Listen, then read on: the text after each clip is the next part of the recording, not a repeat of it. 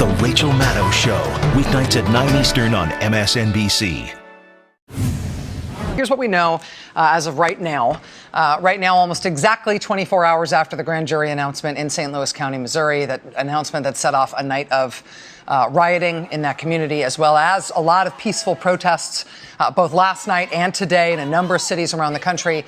Tonight, there were protest vigils and marches planned in more than 120 cities around the country. In Ferguson itself tonight, as Chris has been reporting from those streets, the streets in Ferguson tonight are relatively quiet. Few protesters, comparatively few protesters are out tonight. There are recent reports tonight that the National Guard and law enforcement presence outnumbers both the protesters and the media assembled in Ferguson right now. That's a live shot of Ferguson, Missouri. Around the country, people are out showing their solidarity with those protesters from Ferguson. In New York City tonight, hundreds of people poured into Times Square. They brought traffic to a standstill there. They also blocked entrance to the Lincoln Tunnel. As of about an hour ago, 5 people were arrested in those New York City protests. In Los Angeles today, protesters there laid down in the middle of the street. For a second day in a row, large crowd assembled outside of LAPD headquarters in Los Angeles. There were 3 arrests.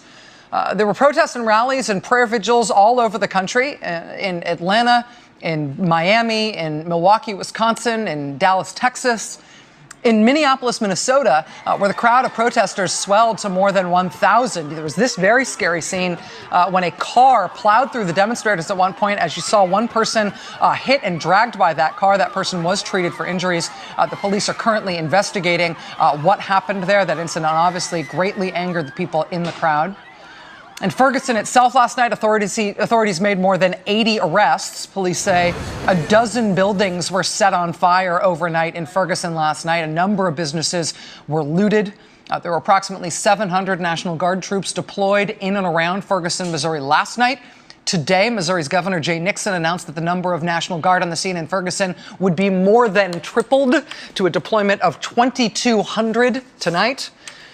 These were some of the front pages of major newspapers around the country today. This was the St. Louis Post-Dispatch. No charges for Wilson. Arson and rioting erupt in Ferguson. This was the front page of the New York Times today. A protester in front of police vehicles with his hands up. Hands up, don't shoot has continued to be the rallying cry for protesters upset by the shooting and now by the grand jury decision that nobody will be indicted for that shooting. The LA Times today led with this full-color photo. Ferguson erupts.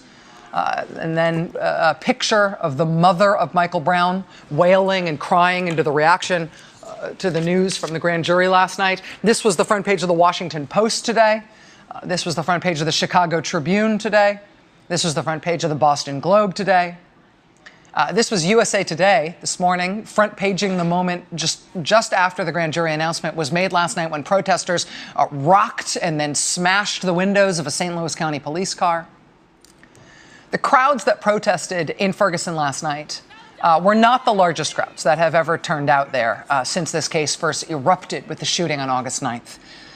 But the headlines from around the country, these front pages from around the country, show that what happens in Ferguson right now is a matter of intense national concern, not just because of the character of the initial tragedy that started all of this, or even because of the intensity and at times the destructiveness of the community anger that has been vented in response to that police shooting.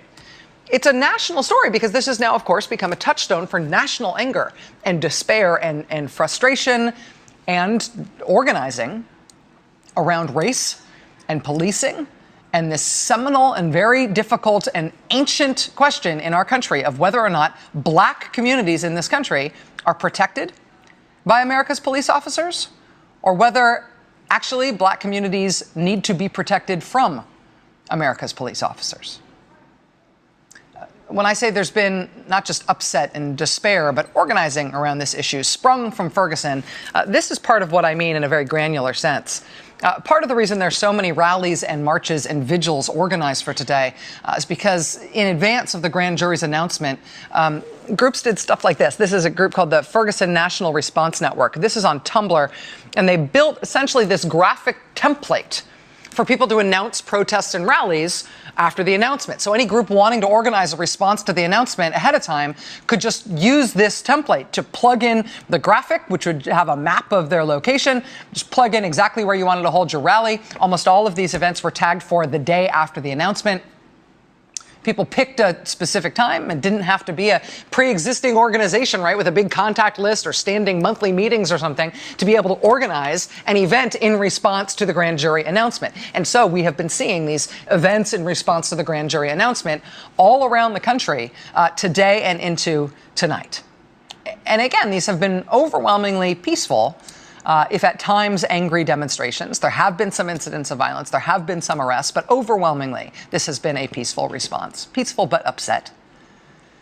But this kind of organizing has been happening quietly or in the background since the shooting first happened in August. It's become a national focus point.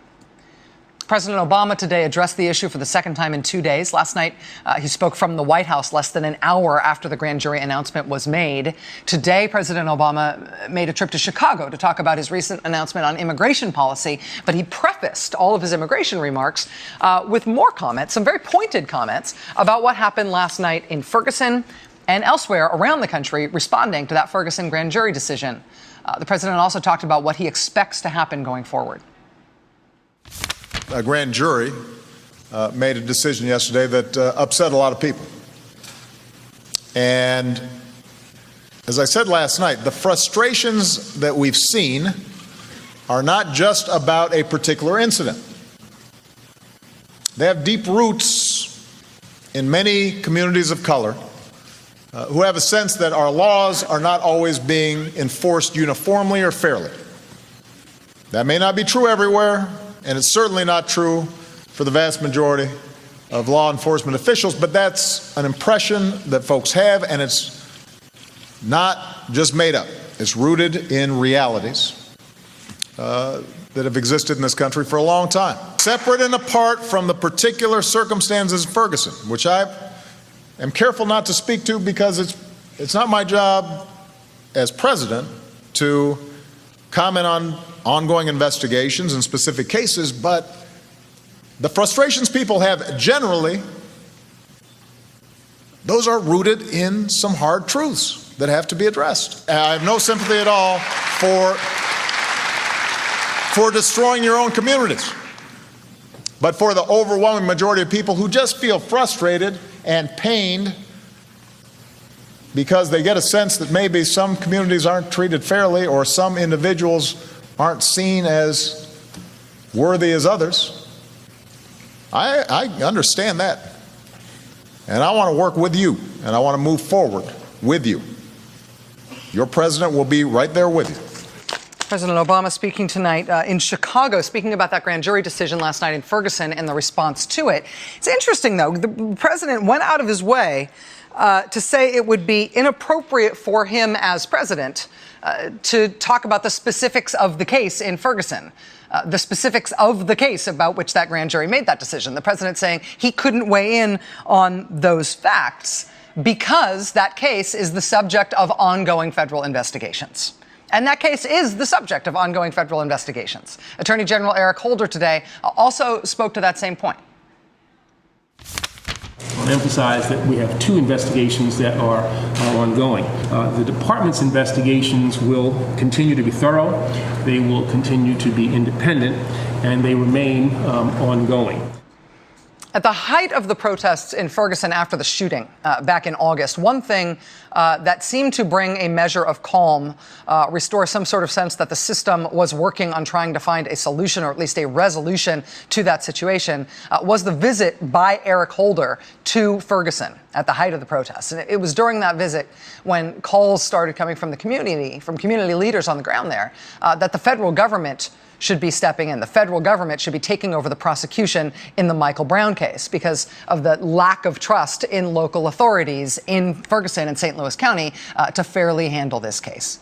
That lack of trust that local authorities could handle this fairly, that didn't just come out of nowhere last night after the grand jury made their announcement. The calls for intervention from the federal government, take it out of local authorities and instead put it in the hands of the feds, those calls have been there all along.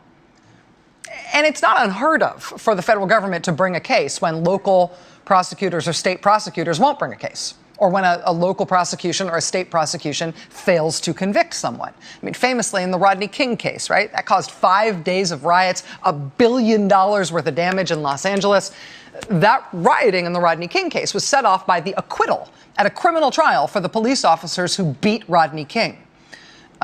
Eventually, though, there were federal civil rights charges that were brought against those 4 officers, and 2 of them were ultimately convicted on those federal civil rights charges. So it's not impossible for there to be a federal case made, even when a non-federal prosecution either isn't brought in the first place or it is brought and then it fails to convict.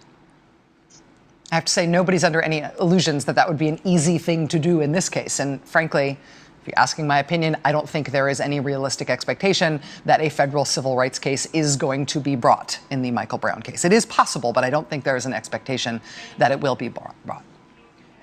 It is also possible that the family could bring a civil case against the officer who did the shooting. It's possible to be held liable for a wrongful death, not as a criminal matter, but as a civil matter. That's another way to approach a different kind of justice in a case like this. Michael Brown's family and the Brown family attorneys have held open the possibility that they might bring a civil suit in this case. They haven't said for sure that they will. They certainly haven't filed that kind of suit, but they have kept that open as a possibility. And so here's where we get to a really interesting question.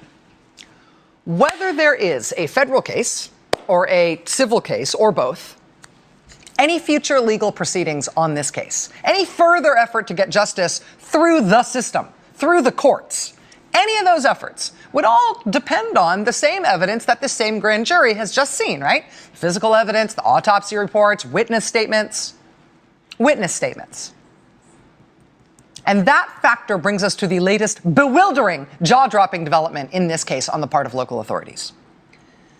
When the local prosecutor made the announcement about the grand jury's decision last night, he also made his own decision that he wouldn't just present the results of the grand jury's deliberations. He wouldn't just announce to the world that there would be no indictments in this case. He wouldn't even just leave it at the anomalous and itself remarkable decision to both announce the grand jury's decision and to release hundreds of pages of evidence and transcripts about the grand jury's proceedings. He decided that in addition to that, remarkable as that was, he would also choose to read aloud a more than 20-minute narrative of his view of the case. He's not required to do that, but he decided to essentially volunteer his own lengthy legal defense of Officer Darren Wilson in this shooting. His own case for why Darren Wilson should not have been indicted in St. Louis County. And in order to make that case, which is weird enough, right? The county prosecutor is not charged with defending anyone, nor did he have to say anything last night. But in order to make this lengthy case that he decided to make, the prosecutor also went out of his way to try to hamper any further legal proceedings on this matter that might ever happen in civil court or potentially in federal court. Anything that might involve witnesses to the shooting testifying about what they saw. Because part of what this county prosecutor volunteered last night was his own view about how non-credible and craven and unreliable many of these terrible witnesses were. I mean, whether knowingly or unknowingly, that is what he did in this big, long statement last night. And again, he didn't have to say any of this, but he chose to volunteer it to the nation over and over and over again. Many witnesses to the shooting of Michael Brown made statements inconsistent with other statements they made and also conflicting with the physical evidence. Some even admitted that they did not witness the event at all, but merely repeated what they heard in the neighborhood. When statements changed, witnesses were confronted with the inconsistencies. Some witnesses admitted they didn't actually see the shooting or only saw a part of the shooting, or only repeating what they had heard on the street. Some others adjusted parts of their statements to fit the facts. Others stood by original statements, even though their statements were completely discredited by the physical evidence. Can we get a cross-examination, please? Or a rebuttal from the opposing counsel? Oh, no, this isn't a trial, right?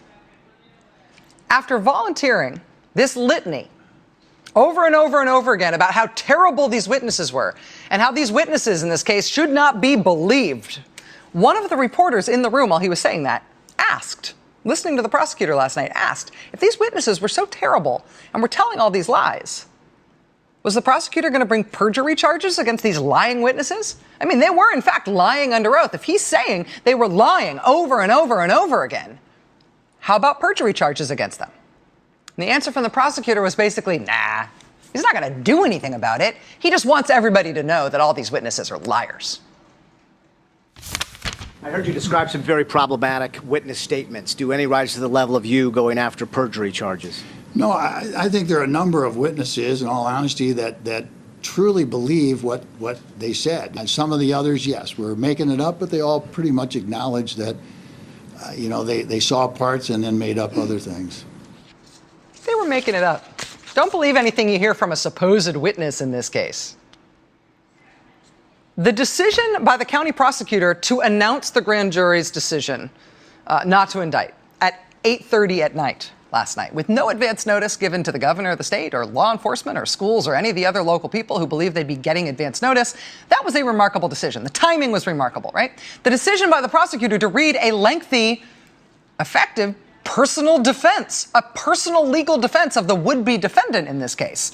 That itself was a remarkable decision. The CNN legal analyst Jeffrey Toobin last night called that an entirely inappropriate and embarrassing display by the prosecutor. He described what Bob McCullough did last night as an extended whine. But this decision by the prosecutor, not just that, to unilaterally call the witnesses to this crime, or this case at least, this shooting, right? To call the witnesses liars and fabulists.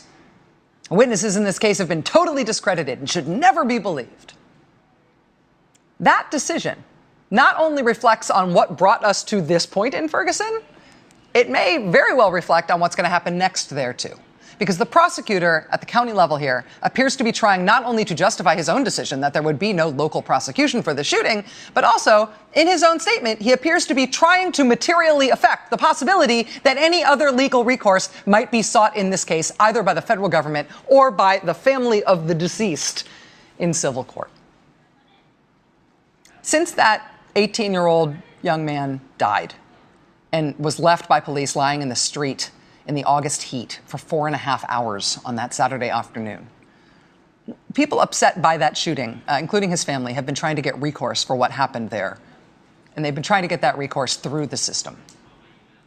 It is not irrational that alongside those efforts to get recourse inside the system, there is also a deep distrust that this kind of a system will ever offer a fair hearing, a real chance at justice, equitable recourse. It is not irrational to both demand and expect that the system should work for everyone, and also to be deeply distrustful that the system will work for everyone. And those parallel lines continue tonight in Missouri and around the country. Joining us now is Daryl Parks, one of the attorneys for Michael Brown's family. Mr. Parks, thank you for joining us. I know it's been a